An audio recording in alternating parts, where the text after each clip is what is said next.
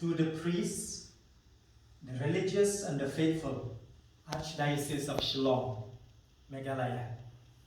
Dear brothers and sisters in Christ, with great joy, we announce to you that the Holy Father, Pope Francis, has appointed Most Reverend Victor Langdon, currently Bishop of Joy, as Archbishop of Shillong today, Monday, 28 December 2020 at 4:30 p.m.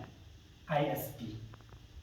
We thank God Almighty for providing a shepherd for our Archdiocese. We congratulate Bishop Victor Langdon. We welcome him and pray for him.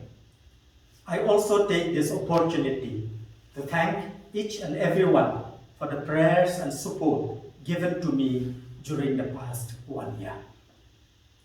Hagi Langdon, Kiriuniam, bat Kiparabanget, Jongga Jalaniam bak Shillong Meghalaya. Kohmen ko parang hautrai Jesu Christ.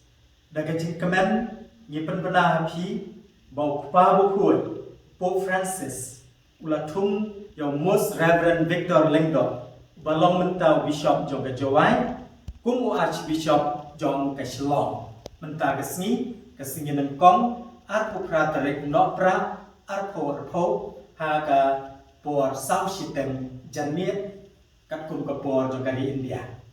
Nyai mu ublei beren bor barok, baula ai hengi yang nong syarai Jongga jalan yang bak jongi.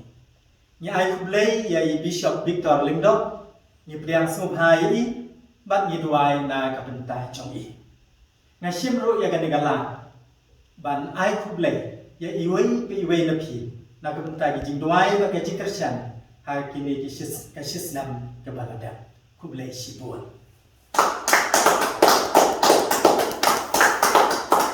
Duai na kapentai jong Archbishop Batmai jongi, Most Reverend Victor Langdon, kani kalong ke jing duai jong ka jalan yang jongi ibarok kawai.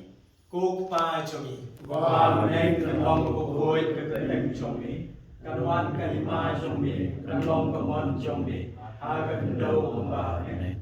Doai ni bentar kejubang jongi kebasala resmi, batama tinggi direkam jongi, kumba jiru imam jebales sendiri, batwa dalam ini ada jisoy, andrei toplan ini nak sendiri. Amin. Ni doai kekemi meneng kanu yada jongi jalan yang bak jongi. Kublei kumaria, dalam kesingai, rai dan bakal, lager kuyo panas dengkei, lager kuyo sopo pau Yesu, kumaria kuyo kumi jomblei, tuai dan pentai jingin ompop, mentau kepor kesingiap jingin amin. Bagi jika ku jomblei berunbor barok ni hara lor jongi, aga kertek pa, baru kun, baru mensir bukun. Amin.